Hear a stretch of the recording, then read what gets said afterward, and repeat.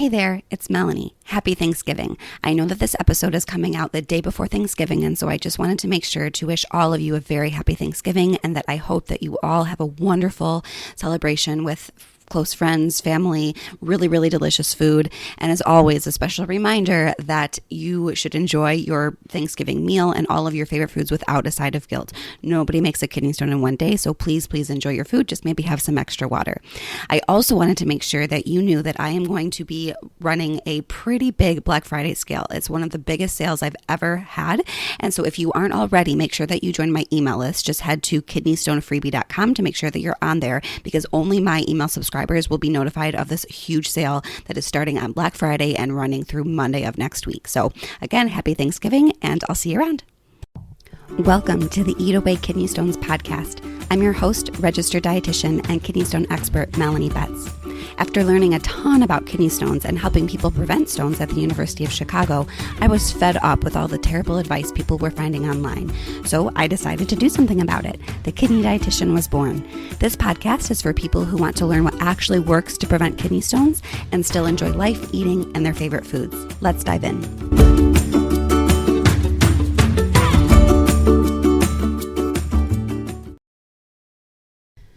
Hello and welcome to the 72nd episode of the Eat Away Kidney Stones podcast. I'm your host, registered dietitian and kidney stone expert, Melanie Betts.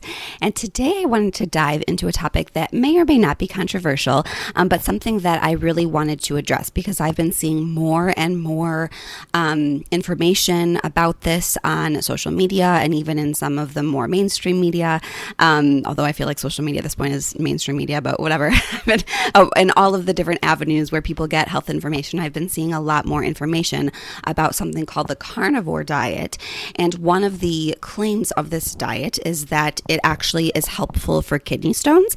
There's a lot of proposed health benefits of the Carnivore Diet, but since it addressed stones, I felt that it was very relevant to address on the podcast. So I'm going to chat a little bit about it, chat a little bit about the science behind why a carnivore diet may or may not be good for kidney stones and also general health. So let's go ahead and dive in, because this is a pretty big topic. So first of all, what is the carnivore diet? I feel like the carnivore diet, again, has been around for quite some time. But again, for some reason, maybe it's just my algorithms or whatever, I've been seeing a ton more information about a carnivore diet lately, at least in my feeds.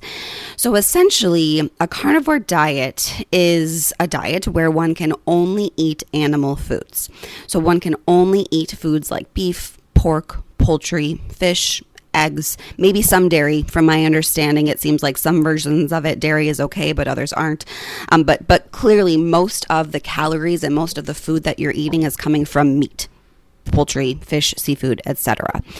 And the justification of why this is a good idea seems to be is that this is what people ate thousands to millions of years ago, because they said that people apparently ate only meat at this point, and this is really how we were meant to be eating, and so this is how we should be eating. I wanted to kind of debunk that and say that that's really not true, although, humans way back when certainly did, hunt animals and eat them and did get some protein. From my understanding, the general consensus is that people, our ancestors, millions, thousands of years ago, were actually eating a lot of plants.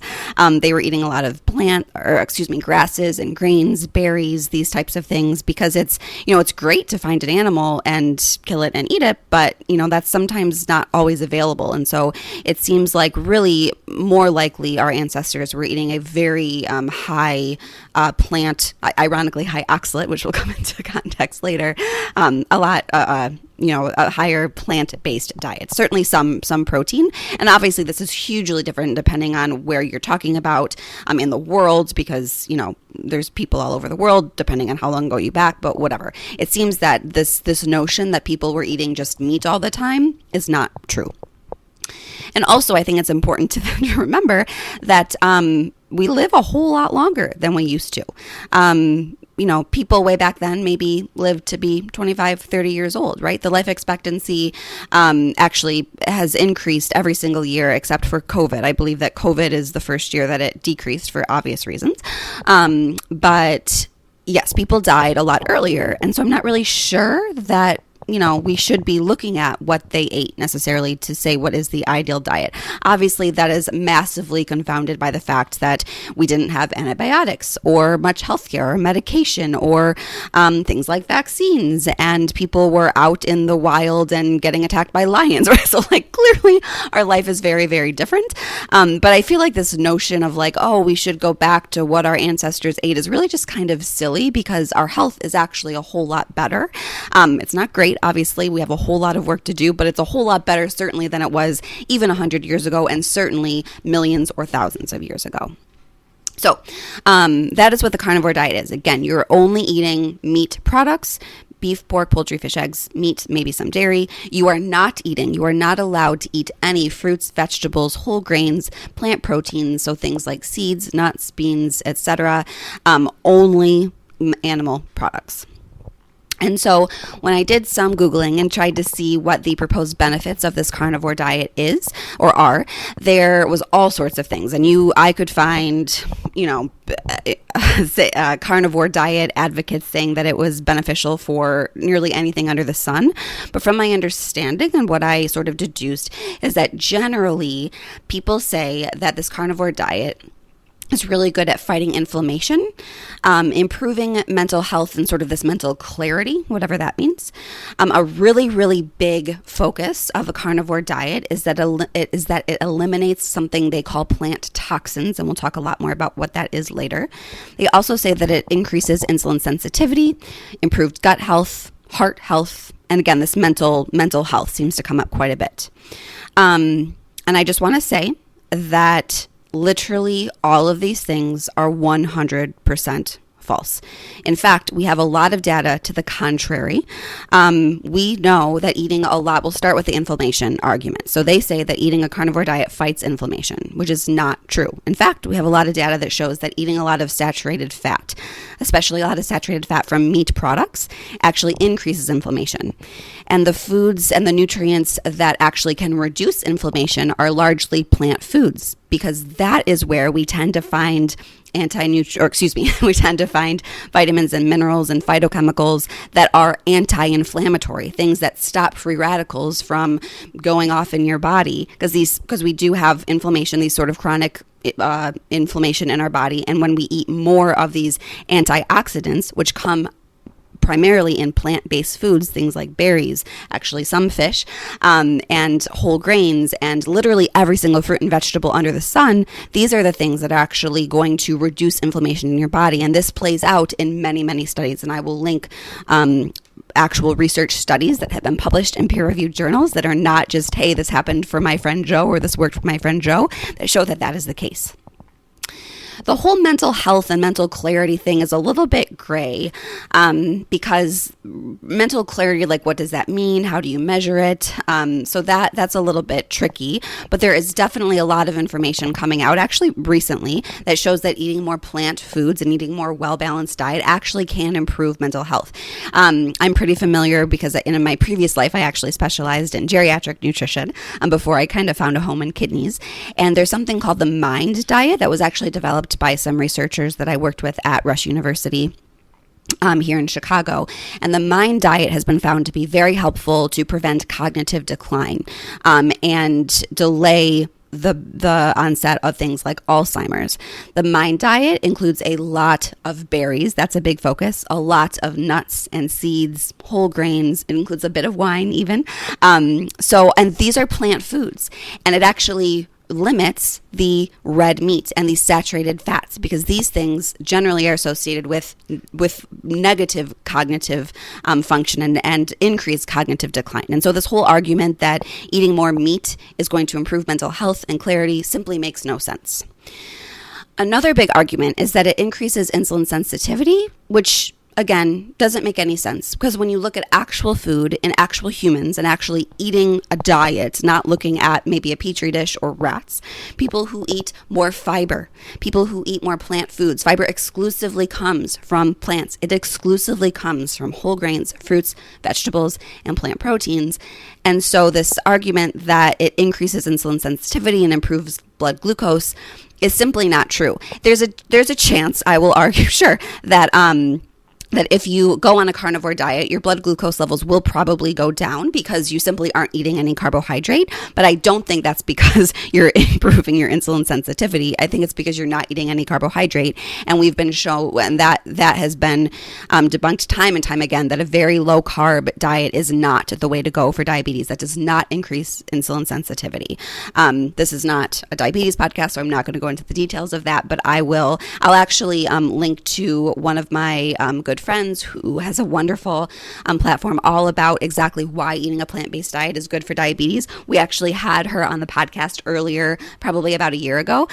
So you can check out that podcast, and I'll link to their platform to learn a little bit more about diabetes if you're interested. But just know that eating a ton of meat is not going to help improve the sort of underlying mechanisms of what's going on with diabetes and why your blood glucose levels are high.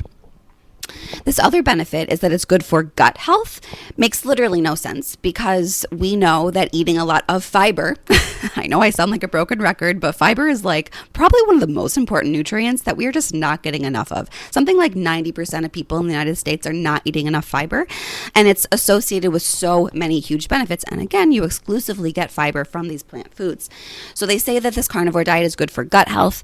Again, this makes no sense. When we look at large studies with actual humans eating actual food, people who eat a lot of fiber tend to have better gut health, whatever that means. That's also a very vague term, and like we need to kind of dive in what that actually means.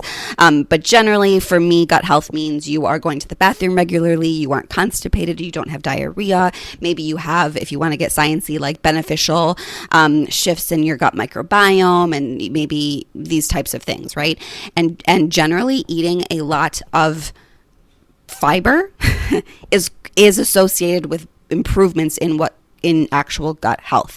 And ironically, eating a very high-fat diet, which this carnivore diet certainly would likely be because chances are you're getting a whole lot of fat with all of this beef that you're eating, that is actually associated with a negative change in your gut microbiome. And also, when you eat a ton of fat like that, I feel like generally you don't have, you either have sort of that like explosive diarrhea right after you eat, right? And or you're going to be super constipated because you don't have any fiber and you're just eating all that protein all the time. So I think this argument that it's good for gut health simply makes no sense. The last, before we go into the plant toxins, because that's going to kind of lead into my discussion of kidney stones, the last thing that they say it's good for is heart health, which again makes no sense. Every single study that has ever been published shows that eating more plant foods is going to be beneficial for your heart. Eating more plant foods is going to be associated with a lower risk of heart-related things such as high blood pressure, high cholesterol, risk of death from heart attacks and other heart things, coronary artery disease, atherosclerosis. Like literally all of these heart health related outcomes are reduced when we eat more plants. So do not ever say that eating a ton of meat is going to be good for your heart, because that simply is not backed by actual science. So going into these anti-nutrients a bit, because this seems to be a huge argument for this carnivore diet and why this is good for you, because they say that plants have developed over millions of years these mechanisms to fend off their like attackers, and so they've developed all these toxins and poisons to protect themselves, which may be true, sure, but then the fact that these anti-nutrients then correlate to harming humans is simply a stretch and doesn't make any sense. But that's kind of, from what I've gathered, this argument behind why these anti-nutrients aren't good. So there's a lot of different anti-nutrients, but the three that I find that tend to get the most attention are, and this is not even necessarily in a carnivore diet space, this is just kind of in general. One of the big ones is phytic acid. They also talk a lot about oxalate, and if you've been around me, you know I talk about oxalate all the time, but we'll talk about it a little bit from this anti-nutrient standpoint today, and also something called lectins. So we'll dive into phytic acid first. So phytic acid is found primarily in whole grains, actually, and also a little bit in beans, nuts, seeds, a little bit in potatoes, bran, these types of whole grains. So phytic acid, also known as phytate, that's basically the same thing for our intents and purposes today. They say that phytic acid limits absorption of a lot of different minerals, which is the whole anti-nutrient thing, right? There's this anti-nutrient argument is that there's all this stuff in plant foods that is limiting the absorption of all of these other things things in the food, right? So for phytic acid, they say that it specifically limits calcium, zinc, magnesium, iron, and copper, which is probably true. Phytic acid can bind with these things and can make a few of those molecules of those of those minerals in your food not be absorbed. However, when you look at, let's take calcium for example. It's not like our bodies absorb 100% of all of the, say, calcium that we consume. Our bodies don't absorb 100% of all the zinc that's in our intestines from the food that we eat, right? Or it's not true for any vitamin or mineral or antioxidant or anything like that. The percentage that we absorb of all of these different vitamins and minerals is very, very different.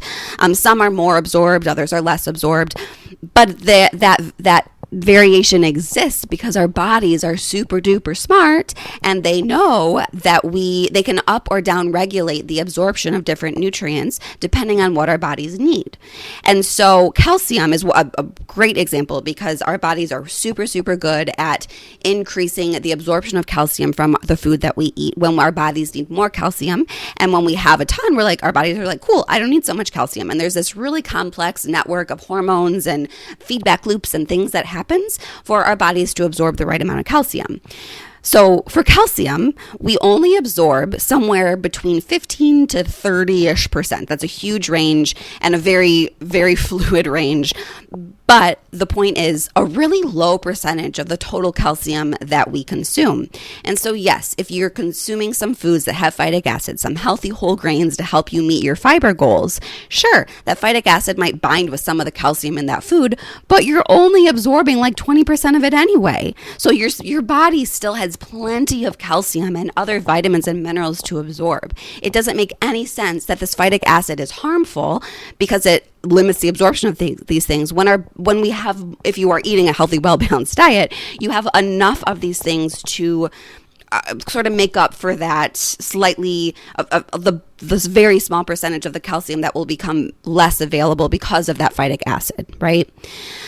Also, what's critical to think about is, and I'll talk about this a little bit later, but all of these health claims from the carnivore diet and a lot of other fad diets and health gurus and these doctors and nutritionists and other, I use the word nutritionist with a lot of disdain for the record because anyone can call themselves a nutritionist. Side note, a dietitian. A dietitian has a ton of required training and continuing education.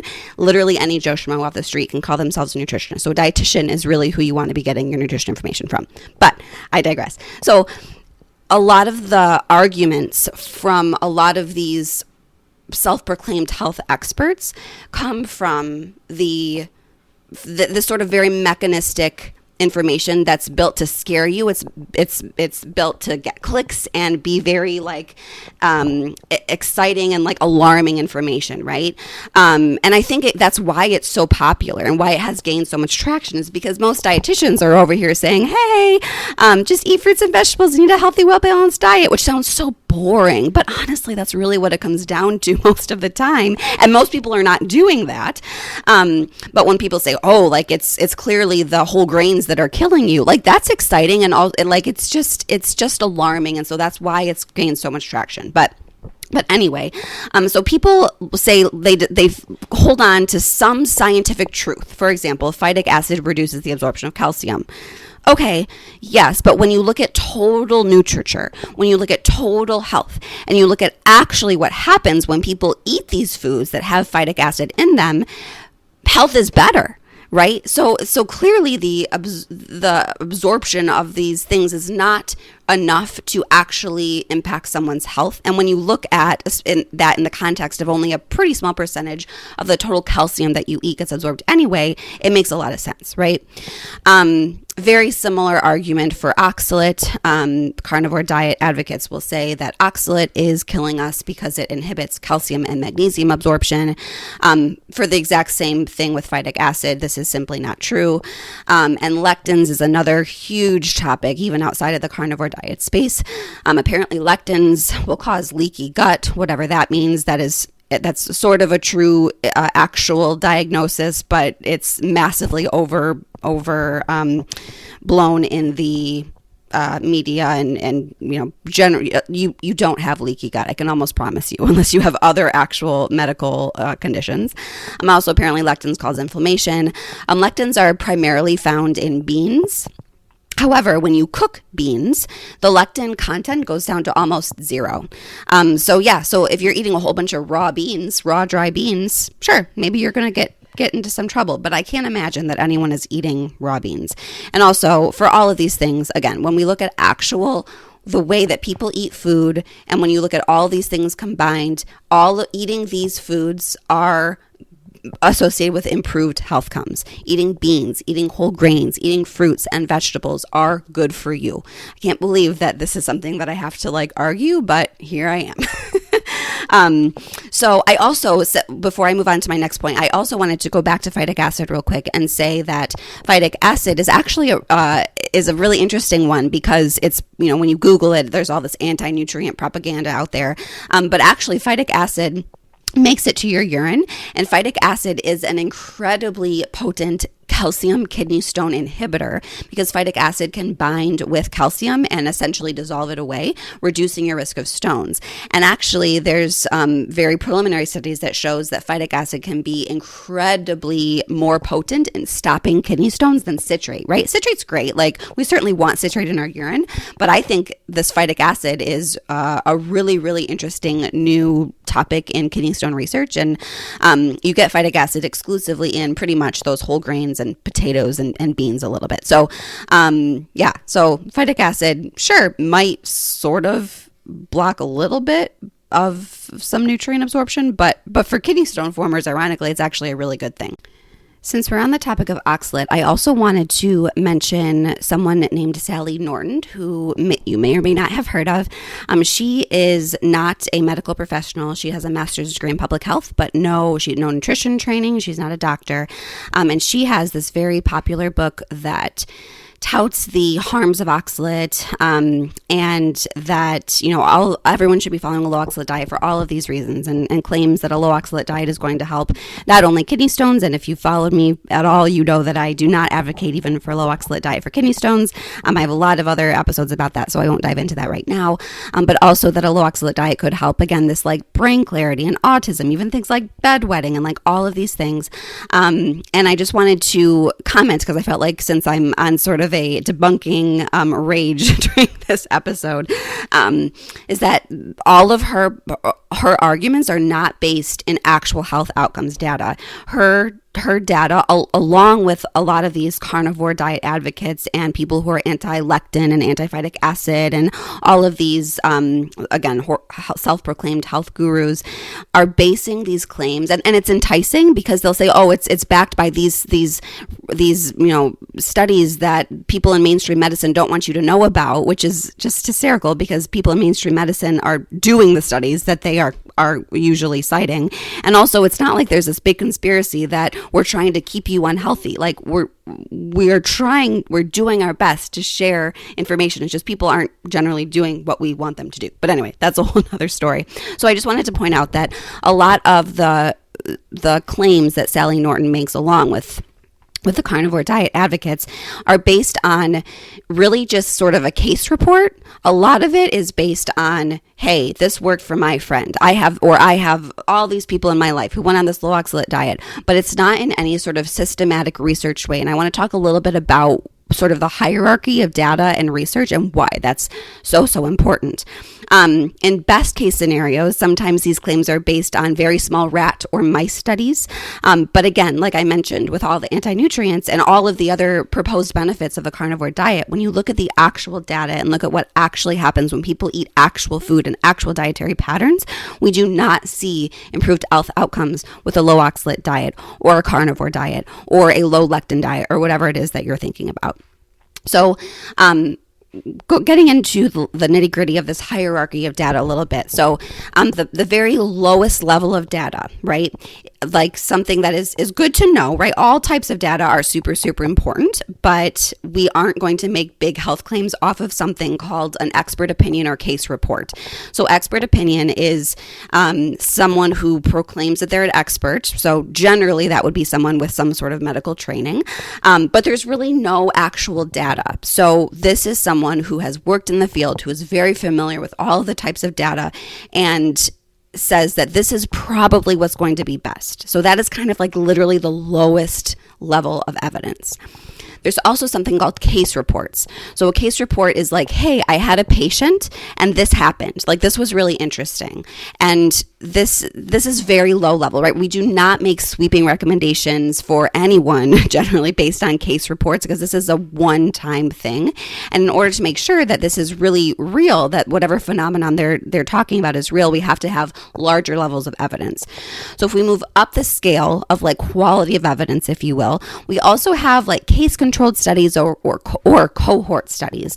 So these, in a nutshell, there's lots of different ways that you can do it, but basically you're looking at big groups of people and you're either retrospectively looking back and saying like, hey, like, you know, people who eat a certain way, do they have certain health outcomes, right? And then when you do this, you can control for all sorts of confounders. You can control for things like smoking status or age or, I don't know, like diabetes history or other past medical history, right? Like all of these types of things. So when you have these huge groups of studies, and a lot of the kidney stone nutrition research comes out of studies like this.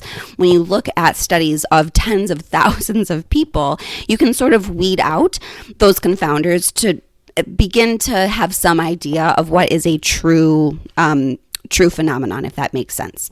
So the next level of research is something called a randomized controlled trial. So this is like the gold standard of research, right? So this is literally taking groups of people. The researchers don't know what group they're in. The people certainly don't know what group they're in, if whenever possible. Although with diet studies, that's kind of hard because you know what you're eating, but as a side note. So you take these groups of people and you say, okay, like you are going to do X, Y, Z. You're going to take a pill for 8 weeks or whatever. We're going to see what happens. And then you're going to switch and you're going to get a placebo and see if the same thing happens, right? So this is the gold standard when it comes to research. There are not many randomized controlled trials in nutrition for a lot of reasons. One of them is it's very, very difficult to do and very expensive to do because, you know, a pill, sure, making pills can be expensive, but like whatever, you make a pill and you give it to someone and then you give them a placebo, right? So that's very straightforward. But nutrition is not that straightforward. It's not as simple as eating less oxalate or not, right? Because eating less oxalate also comes with eating less foods that have oxalate in them that have a lot of other good stuff in them. Also, giving someone food for 6 months, 6 weeks, a year, 5 years is very expensive and oftentimes not feasible. Nutrition is unfortunately not as well funded as pharma for obvious reasons. And so there's also a lack of money, although there is a lot of money there. And so we tend to in nutrition sort of rely on those case controlled or cohort studies a bit more just because we don't have the randomized controlled trials as much, but they definitely do exist, and there are some in kidney stone nutrition. And so I just want to make that clear that we do have some really, really good high quality data from randomized controlled trials for kidney stone nutrition, and we have a ton of huge case controlled or cohort studies. The next level, like the best level of evidence that you can have, is a systematic review or meta-analysis. So these are different ways of looking at a ton of data. So experts come together and they look at all of those expert opinions and case reports and case-controlled studies and randomized controlled trials, and they kind of pool all of that data together and come up with a really large recommendation. And this is what really we should be looking at because it looks at all of the data all together. And Sally Norton and proponents of the carnivore diet make a whole lot of claims without any even case-controlled studies or cohort studies, certainly no randomized controlled trials, and certainly no systemic reviews or meta-analysis. They tend to take a lot of, hey, this worked for me, and then this worked for my neighbor, and this worked for this group of people that I worked with, right? And they package it so it's so enticing and so exciting. It's impossible to not kind of be, have your ears perk up and be like, oh, what are they talking about, right? And then they back up these sort of case studies that they're presenting themselves, not to a scientific audience, just to their following, and they back it up with a little bit, maybe a rat study here or there. They back it up with a little bit of like, oxalate inhibits the absorption of calcium. And so they make their argument feel sciencey. They make their argument feel like it's right, and that it's very easy to then kind of go down that route of, oh, all these true healthcare professionals don't really know what they're talking about because, this is true, like it's backed by science. When you look at actual level of evidence and you look at the type of evidence that is actually associated with whatever health outcome that you're talking about, and for kidney stones, we can certainly talk about in a bit, right? That simply isn't true. And so I actually have a really wonderful blog article on my website that I'll link to in the show notes that goes into these level of evidence if you want to get super nerdy and really dive into it with me and to kind of help you understand, even for yourself, right? Because sometimes it's impossible to avoid these health influencers and like these people. It's hard to know exactly who to trust. And so if you can look at the evidence yourself and look to see what type of evidence they're citing, and that can give you a really good clue as to if there's someone that you should be listening to or not. So before I dive into kidney stones, and I promise I'll get to kidney stones, this is a really long episode, but it's something that I'm so passionate about, and I'm getting more and more messages, and so I wanted to dedicate a really thorough, long podcast episode to this.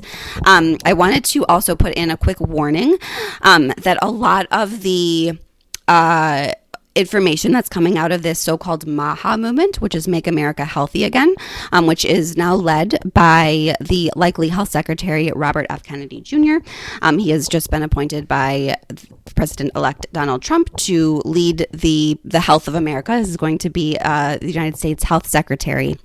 So his platform and this whole MAHA movement is based on a lot of the exact same, quote, science that I just showed you, if that even, honestly. It's based a lot on case studies. It is not based on any randomized controlled trials, any case-controlled studies, certainly no systematic reviews or meta-analysis.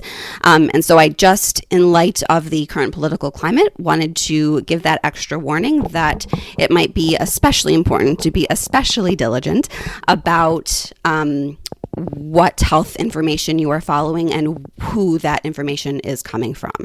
And this is in light of a culture and an environment where it is very important to be mindful of that baseline, right? So there was actually a 2021 study published that found that up to 87% of healthcare claims made on social media were false. 87%. And in light of some of the changes that are going on at the federal level of policy that's supposed to be helping our health, I fear that this might actually get a lot worse. Okay, moving on to the topic at hand, kidney stones. This is the Eat Away Kidney Stones podcast after all. But, I feel like, we don't live in a vacuum. We are eating just for kidney stones, and it's important to think about health from a whole health standpoint and also how our policy impacts these things. So, moving on to kidney stones. So there are no studies that are looking specifically at a carnivore diet and kidney stone risk. However, we have a lot of other types of studies, a lot of other case-controlled cohort studies, and even some randomized controlled trials, and certainly some systemic reviews and meta-analysis that shows that dietary patterns very, very different than a carnivore diet are associated with a lower risk of stones. Time and time again, the two diets that are most studied in this arena are the DASH diet, which is incredibly high in fruits and vegetables. It promotes whole grains, plant proteins, so things like beans, nuts, seeds, tofu, these types of things, and also the Mediterranean style diet, which promotes a lot of the same foods, so very, very different than what this carnivore diet is, right? These are the diets that are consistently, time and time again, associated with a lower risk of stones, and a pretty big lower risk of stones, somewhere around 40 to 50% generally. The people who most follow these types of dietary patterns have a lower, about 50-ish% lower risk of stones than people who are not following these types of dietary patterns. Also, along the same lines, a carnivore diet would very well fit into a keto-style diet, and there was a paper published this year that found that a keto-style diet, as followed by adults in the United States, in sort of this, we'll call it, quote, diet culture, keto diet, because a true keto diet is very, very different than what most of us think about when we think about a keto or low carb diet. So this diet that most people are following when they say they're, quote, doing keto or doing low carb is associated with an 8 times higher risk of stones. So why is this, right? Like a keto style diet may or may not be low oxalate, but a carnivore diet would be very low oxalate. It would have essentially zero oxalate. How in the world can it be associated with a higher risk of stones? And it mostly comes down to the massive amount of protein that it's providing, especially protein from meat, because protein that comes from plant foods, beans, nuts, seeds, lentils, actually isn't associated with the same negative changes that I'm about to talk about, but it is the non-dairy animal protein, beef, pork, chicken, fish, seafood. When we eat way too much of this can cause higher calcium in our urine.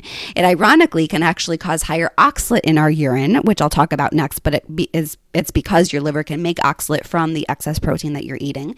When we eat that high of a protein, our citrate is going to tank. Citrate is something that we want a lot of in our urine because it can inhibit calcium-based stones. And when we eat a ton of protein, our body's going to hold on to citrate and our citrate is going to tank. I see that time and time again from my students in Kidney Stone Nutrition School and our patients doing our one-to-one appointments. When they start following a keto diet because some doctor told them to or some influencer on Instagram told them to, we see citrate tank. You're also going to have very high levels of acid in your urine. Your pH is going to be super duper low, which is very worrisome for people who form uric acid stones or maybe who haven't in the past. But when your pH is low, you're going to be way more likely to form uric acid stones. That's actually the biggest driver of uric acid stone formation is low urine pH or having way too much acid in your urine. And that really comes from that very high dietary acid load. When you're eating a ton of protein, all of that protein metabolizes to acid. And if your kidneys are working and you don't have kidney disease, that acid ends up in your urine, driving down that urine pH, which is what causes those uric acid stones, and also slightly calcium oxalate stones are more likely when you have that low pH as well. So all of this excess protein is causing all this bad stuff, right? So you have that higher urine calcium, ironically, likely higher urine oxalate, low citrate, low pH, and you also aren't getting the good stuff, the other kidney stone inhibitors, because you're not eating fruits, vegetables, and other plant foods, specifically magnesium, that phytic acid, ironically, that we talked about earlier in terms of being an anti-nutrient, potassium, and other sources of alkali. So not only are you eating a ton of protein that's making all these negative changes, you're not eating a lot of the good stuff that could potentially help outweigh that, right? And so that really is why, from a sciencey level, why a carnivore diet would definitely be more likely to form stones. So, which just cracks me up because these people who say like, oh, there's no oxalate means that you are not going to form stones is just hysterical. That means they clearly have no idea about the nuance and the complexity of kidney stone formation and prevention. They clearly don't understand that your liver can and does make quite a bit of oxalate. In fact, the percentages vary quite a bit because it's very different from person to person and what your diet is and your genetics and these types of things. But your liver is responsible for up to 60 to 70% of your total oxalate in your body, including the oxalate in your urine that's going to be making kidney stones. And so even if you were on a zero oxalate diet, you're still going to have oxalate in your urine because your liver is making oxalate. And ironically, your liver is really, really good at making oxalate from proteins, from amino acids. A protein is made up of different amino acids. And your liver can make oxalate from a variety of different amino acids, most notably hydroxyproline and also glycine to a lesser extent. Your liver can make oxalate from these proteins. And when all you're eating is protein, your liver is going to be like, great, I'm going to make all this oxalate from all this protein. And that oxalate is going to end up in your urine. And that's going to actually make stones more likely, in addition to all of those other negative changes that I just talked about that would be happening in your urine because you're eating all of that protein. So I just, it's just so funny, like zero oxalate or even low oxalate absolutely does not mean less kidney stones. It is a lot more complicated than that. And it's so funny. I had to share this. So I've been wanting to do this podcast for quite some time.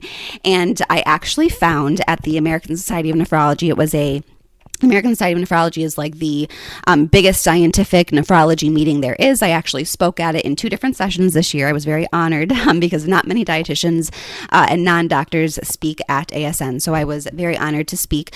But there was a poster there about a man. This is just a case study. Like I said, we don't have big studies looking at the carnivore diet specifically, but it was so funny that I was planning to do this podcast and there was a poster about this exact same topic. So this poster was presenting a case study of a man who had a history of kidney stones in his sort of 40s. But he was well controlled on some medications and some dietary changes for about 12 years. And he presented to the nephrology clinics for sort of his routine follow-up after he had 2 gout attacks because his primary care physician told him to follow a carnivore diet. I'm not quite sure why that was, but the PCP apparently thought that this was going to help some sort of health condition. So this poster was about the changes in his 24-hour urine test after he started following this carnivore diet. So his urine volume was the same. So that's great. He was drinking the same amount of fluid. However, he had higher calcium, much higher calcium.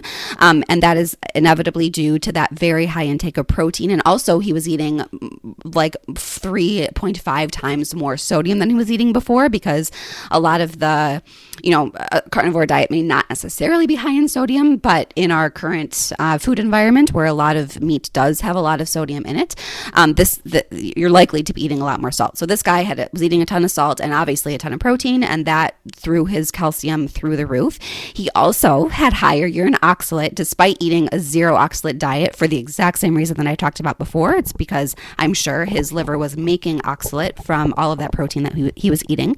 His citrate and pH tanked. I am sure because of all of that excess protein.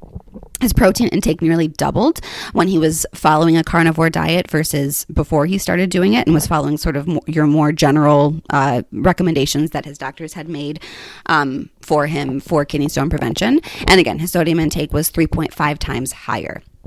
So when we look at his risk of forming all 3 types of stones, the 3 main types of kidney stones, despite having the same volume, which really is the biggest driver of these changes in kidney stone risk. So it's impressive that even though the volume was about the same, the risk of all 3 types of stones went up significantly. The risk of uric acid stones nearly doubled. The risk of calcium oxalate stones went up by about 30%, and the risk of calcium phosphate stones went up by about 50%. So just really driving all of my points home that this carnivore diet is going to be harmful for kidney stone prevention. Just like a very low carb diet or a keto diet, there's no way around it really.